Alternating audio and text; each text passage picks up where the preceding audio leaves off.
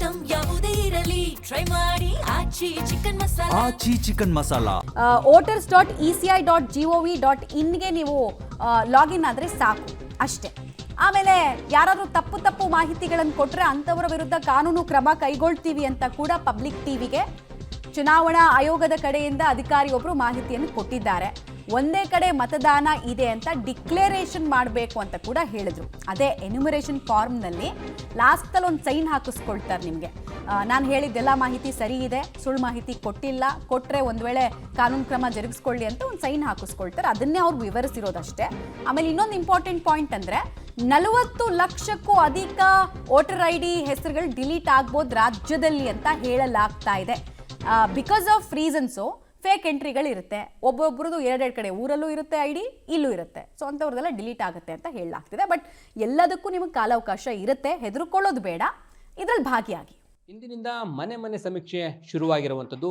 ರಾಜ್ಯ ಮುಖ್ಯ ಚುನಾವಣಾಧಿಕಾರಿಗಳ ನಿವಾಸಕ್ಕೂ ಕೂಡ ಎನ್ಯುಮರೇಷನ್ ಫಾರ್ಮ್ ಅನ್ನು ಈಗಾಗಲೇ ಅಧಿಕಾರಿಗಳು ನೀಡಿದ್ದಾರೆ. ಜೊತೆಗೆ ನಿವಾಸಕ್ಕೆ ಸ್ಟಿಕ್ಕರ್ ಕೂಡ ಅಂಟಿಸಿರುವಂಥದ್ದು. ಹೇಗಿರುತ್ತೆ ಈ ಒಂದು ಪ್ರಕ್ರಿಯೆ, ಜೊತೆಗೆ ಯಾವಾಗ ಮುಗಿಬೋದು, ಈ ವಿಚಾರಕ್ಕೆ ಸಂಬಂಧಪಟ್ಟಂತೆ ಮಾತನಾಡೋದಕ್ಕೆ ನಮ್ಮ ಜೊತೆಗೆ ಸ್ವತಃ ರಾಜ್ಯ ಮುಖ್ಯ ಚುನಾವಣಾಧಿಕಾರಿಗಳಾದಂಥ ಅನ್ಬು ಕುಮಾರ್ ಸರ್ ಇದ್ದಾರೆ. ಮಾತಾಡ್ತೀನಿ ಸರ್. ನಮಸ್ತೆ ಸರ್. ನಮಸ್ಕಾರ. ತಮಗೆ ಈಗ ಫಾರಂ ಸಿಕ್ಕಿದೆ, ತಾವು ಏನು ಮಾಡಿದ್ರಿ ಸರ್? ಈಗ ಇವತ್ತಿನಿಂದ ಜುಲೈ 29ವರೆಗೆ ಪ್ರತಿಯೊಂದು ಮತದಾರ ಮನೆಗೆ BLOಗಳು ಭೇಟಿ ನೀಡಿ ಎನ್ಯುಮರೇಷನ್ ಫಾರ್ಮನ್ನು ವಿತರಣೆ ಮಾಡ್ತಾರೆ. ಎನ್ಯುಮರೇಷನ್ ಫಾರ್ಮ್ ವಿತರಣೆ ಮಾಡಿದ ನಂತರ ನಾನು ಮತದಾರ ಹತ್ರ ವಿನಂತಿ ಮಾಡ್ತೀನಿ, ಆ ಎನ್ಯುಮರೇಷನ್ ಫಾರ್ಮಲ್ಲಿ ತಮ್ಮದು ಫೋಟೋ ಹಾಳಿದಿದ್ದರೆ ದಯವಿಟ್ಟು ಹೊಸ ಫೋಟೋನ ಹಚ್ಚಬೇಕು, ಫಾರ್ಮನ್ನು ಫಿಲ್ ಮಾಡಬೇಕು, ಸಹಿ ಮಾಡಬೇಕು. ಸಹಿ ಮಾಡಿದ ನಂತರ ವಾಪಸ್ BLOಗೆ ಕೊಡಿ ಎಂದು ನಾನು ವಿನಂತಿ ಮಾಡ್ತೀನಿ. ನಮ್ಮ ಮನೆಗೆ ನನ್ನದು, ನನ್ನ ಮನೆಯವ್ರದ್ದು, ನನ್ನ ಮಗಂದು ಫಾರ್ಮ್ ಬಂದಿದೆ. ನಾವು 3 ಜನ ಇದನ್ನು ಫಿಲ್ ಮಾಡಿ ಫೋಟೋ ಹಚ್ಚಿ ಸಹಿ ಮಾಡಿ BLO ಹತ್ರ ವಾಪಸ್ ಕೊಟ್ಟಿದ್ದೀವಿ. ವಾಪಸ್ ಕೊಟ್ಟಿದ್ದಕ್ಕೆ ಅಕ್ನಾಲೆಜ್ಮೆಂಟ್ ಆಗಿ 2ನೇ ಸೆಟ್ಟಲ್ಲಿ BLOನು ಸಹಿ ಮಾಡಿ ಕೊಟ್ಟಿದ್ದಾರೆ. This remains as acknowledgement. Sir, ಈಗ ನನ್ನ ಪ್ರಶ್ನೆ ಏನಂದರೆ, ಈ ಫಾರ್ಮಲ್ಲಿ ಮತದಾರರು ಏನು ಡಿಕ್ಲರೇಷನ್ ಮಾಡ್ಕೊಳ್ಬೇಕು, ಕಡ್ಡಾಯ ಅನ್ನೋದೇನಿದೆ? ಇದರಲ್ಲಿ 2002ರ ಮಾಹಿತಿ SIR ಅಲ್ಲಿ 2002 ಲಾಸ್ಟ್ SIR ಆಗಿರೋದು. ಅದರಲ್ಲಿ ವೋಟರ್, ಈಗ ಉದಾಹರಣೆಗೆ ನಂದು ತೊಗೊಂಡ್ರೆ ನನ್ನ ಹೆಸರು 2002 ವೋಟ್ ಲಿಸ್ಟಲ್ಲಿ ಇತ್ತು. ಸೊ ನಾನು ನನ್ನ ಮಾಹಿತಿಯನ್ನು ಕೊಟ್ಟಿದ್ದೀನಿ, ಕೊಟ್ಬಿಟ್ಟು ನಾನು ಸಹಿ ಮಾಡಿದ್ದೀನಿ, ಸಹಿ ಮಾಡಿ BLO ಹತ್ರ ವಾಪಸ್ ಕೊಟ್ಟಿದ್ರಿ. ನಂದು ಫೋಟೋ ಹಳೆದಿದ್ದ ಕಾರಣ ಹೊಸ ಫೋಟೋ ಹಚ್ಚಿ ಕೊಟ್ಟಿದ್ದೀನಿ.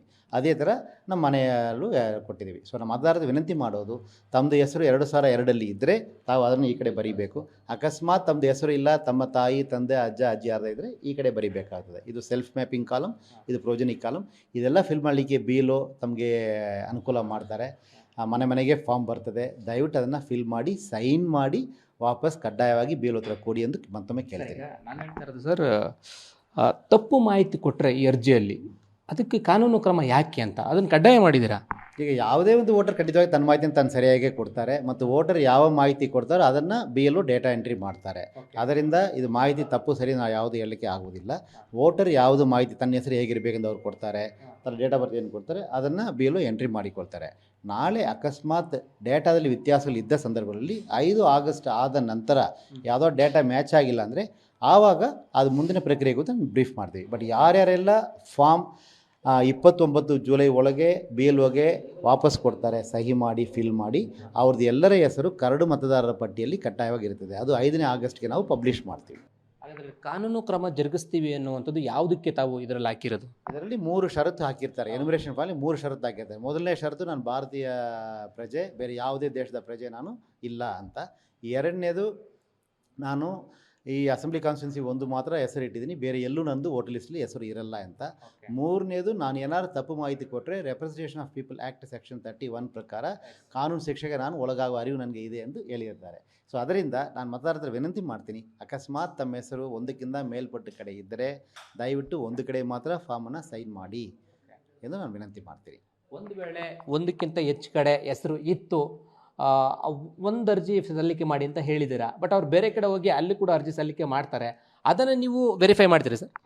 ಈಗ ಡಿಜಿಟೈಸ್ ಮಾಡುವುದರಿಂದ ಈ ಫಾರ್ಮನ್ನು ಮತದಾರರು ಏನು ಫಾರ್ಮನ್ನು ಫಿಲ್ ಮಾಡಿ ಸೈನ್ ಮಾಡಿ ಕೊಡ್ತಾರೆ, ಈ ಫಾರ್ಮ್ ಕೂಡ ಮತ್ತು ಡಿಜಿಟೈಸ್ ಆಗಿರ್ತದೆ. ಆದ್ದರಿಂದ ಮುಂಬರುವ ದಿನಗಳಲ್ಲಿ ಯಾರು ಒಂದು 2 ಕಡೆ 3 ಕಡೆ ಸೈನ್ ಮಾಡಿ ಕೊಟ್ಟಿದ್ದು ಉಂಟು ಅನ್ನೋದಾದರೆ ನಾವು ಈಸಿಯಾಗಿ ಆ ಫಾರ್ಮನ್ನು ಪತ್ತೆ ಹಚ್ಚಬಹುದು. ಮತ್ತು ಮತದಾರರಲ್ಲಿ ಸಹಿ ಮಾಡಿ ಕೊಟ್ಟಿರ್ತಾರೆ, ನಾನು ಒಂದು ಕಡೆ ಮಾತ್ರ ಹೆಸರಿಟ್ಟಿದ್ದೀನಿ, ಮತ್ತು ನಾನೇನಾದ್ರು ತಪ್ಪಾಗಿ ಮಾಹಿತಿ ಕೊಟ್ಟರೆ ಸೆಕ್ಷನ್ 31 ರೆಪ್ರೆಸೆಂಟೇಟಿವ್ ಪೀಪಲ್ ಆ್ಯಕ್ಟ್ ಪ್ರಕಾರ ಶಿಕ್ಷೆಗೆ ಒಳಗಾಗ್ತೀನಿ ಅರಿವು ನನಗೆ ಇದೆ ಅಂತ ಸೈನ್ ಮಾಡಿ ಕೊಟ್ಟಿರ್ತಾರೆ. ಅದರಿಂದ ಅವ್ರು ಕಾನೂನು ಶಿಕ್ಷೆಗೆ ಒಳಗಾಗ್ತಾರೆ. ದಯವಿಟ್ಟು ಅಕಸ್ಮಾತ್ ಯಾವುದಾದ್ರು ಕಾರಣದಿಂದ ತಮ್ಮ ಹೆಸರು ಒಂದಕ್ಕಿಂತ ಮೇಲ್ಪಟ್ಟ ಕಡೆ ಇದ್ದಲ್ಲಿ ದಯವಿಟ್ಟು ಫಾರ್ಮ್ ನಿಮಗೆ ಎಷ್ಟು ಕಡೆ ಇದೆ ಅಷ್ಟು ಕಡೆನೂ ಬರ್ತದೆ, 2 ಕಡೆ ಇದೆ 2 ಕಡೆ ಬರ್ತದೆ, 3 ಕಡೆ ಇದ್ದರೆ 3 ಕಡೆ ಬರ್ತದೆ. ಬಟ್ ಆದರೆ ಎಲ್ಲಿ ತನ್ನ ಹೆಸರು ಉಳಿಸ್ಕೋಬೇಕಂತ ಹಕ್ಕು ತಮ್ಮದೇ ಆಗಿರ್ತದೆ. ತಾವು ಒಂದು ಕಡೆ ಮಾತ್ರ ಫಾರ್ಮ್ ದಯವಿಟ್ಟು ಸೈನ್ ಮಾಡಿಕೊಡಿ ಎಂದು ವಿನಂತಿ ಮಾಡಿಕೊಡ್ತೀವಿ. ಯಾಕಂದರೆ ಈ ಪ್ರಕ್ರಿಯೆಯ ಉದ್ದೇಶ ಏನಂತ ಕೇಳಿದರೆ absentee, shifted, duplicate and dead ವೋಟರ್ಸನ್ನು ಪತ್ತೆ ಹಚ್ಚೋದು. ಸರ್, ಈಗ ಮತ್ತೊಂದು ನನ್ನ ಪ್ರಮುಖವಾದ ಪ್ರಶ್ನೆ ಅಂದರೆ ಮ್ಯಾಪ್ಡು 5 ಕೋಟಿಗೆ ಹೆಚ್ಚಾಗಿದೆ ಅಂತ ಹೇಳ್ತಾರೆ. ಅನ್ಮ್ಯಾಪ್ಡ್ ಎಷ್ಟು ಕೇಸ್ ಇದೆ? ಅನ್ಮ್ಯಾಪ್ಡ್ ಕೇಸನ್ನು ಹೇಗೆ ಪತ್ತೆ ಹಚ್ತಾರೆ? ಆಗದೆ ಹೋದರೆ ಅವೆಲ್ಲವೂ ಕೂಡ ಮತದಾನ ಮಾಡುವಂಥ ಹಕ್ಕನ್ನು ಕಳ್ಕೊಳ್ತಾರೆ.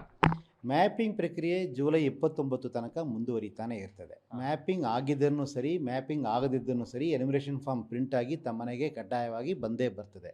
ಕರ್ನಾಟಕ ರಾಜ್ಯದಲ್ಲಿ 5,54,00,000 ಮತದಾರರಿದ್ದಾರೆ. ಅದರಲ್ಲಿ ಈಗಾಗಲೇ ನಾವು 5,08,00,000 ಮತದಾರರಿಗೆ ಮ್ಯಾಪಿಂಗ್ ಮಾಡಿದ್ವಿ. ಮ್ಯಾಪಿಂಗ್ ಆಗಿಲ್ಲ ಅಂದ್ರೂ ಸಮೇತ ತಮ್ಮ ಎನ್ಯುಮರೇಷನ್ ಫಾರ್ಮ್ ಮನೆಗೆ ಬಂದೇ ಬರ್ತದೆ.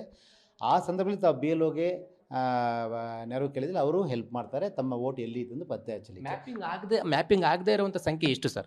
ಮ್ಯಾಪಿಂಗ್ ಆಗದೇ ಇರೋ ಸಂಖ್ಯೆ ಸುಮಾರು 40 ಲಕ್ಷ ಚಿಲ್ಲರೆ ಇರ್ತದೆ.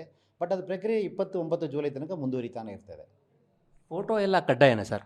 ಫೋಟೋ ಕಡ್ಡಾಯವಲ್ಲ, ಆದರೆ ಅಕಸ್ಮಾತ್ ಫೋಟೋ ಹಳೆದಿದ್ದರೆ ನಾವು ಮತದಾರರ ವಿನಂತಿ ಮಾಡ್ತೀವಿ, ದಯವಿಟ್ಟು ಹೊಸ ಫೋಟೋವನ್ನು ಕೊಡಿ. ಯಾಕಂದರೆ ಈ ಪರ್ಪಸ್ ಮಾಡುವುದೇನೆಂದರೆ ವೋಟರ್ ಲಿಸ್ಟ್, ಎಲೆಕ್ಟೋರಲ್ ರೋಲ್ ಚೆನ್ನಾಗಿ ಕಾಣಬೇಕು, ಚೆನ್ನಾಗಿರಬೇಕು ಎಂಬುದೇ ಉದ್ದೇಶ.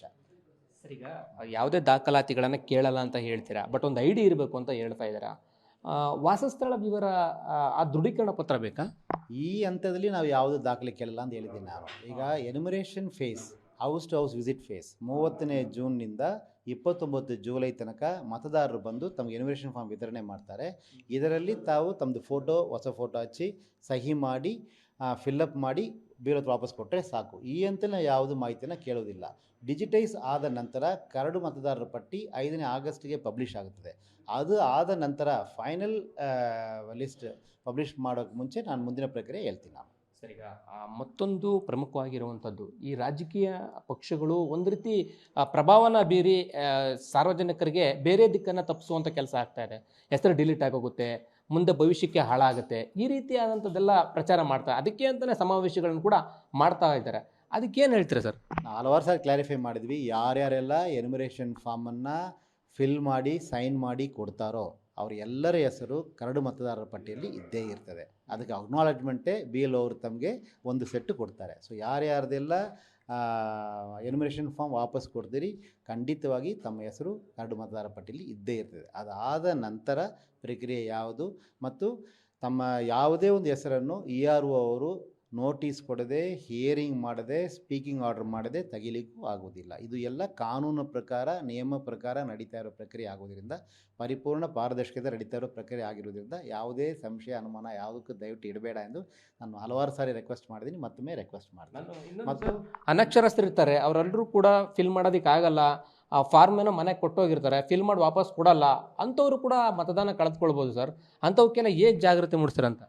ಈಗ ಅದಕ್ಕೆ ನಾವು ಏನು ಮಾಡ್ತೀವಿ ಅಂದರೆ ರಾಜಕೀಯ ಪಕ್ಷಗಳಿಗೂ ವಿನಂತಿ ಮಾಡಿದ್ವಿ. ಅವರು ಎಲ್ಲ ನಮ್ಮ ನೋಂದಾಯಿತ recognised political parties of Karnataka ಅವರು 1,15,000 ಬೂತ್ ಏಜೆಂಟನ್ನು ಅವರು ಅಪಾಯಿಂಟ್ ಮಾಡಿದ್ದಾರೆ. ಅವ್ರಿಗೆ ನಾವು ಟ್ರೈನಿಂಗ್ ಸಮೇತ ಕೊಟ್ಟಿದ್ದೀವಿ.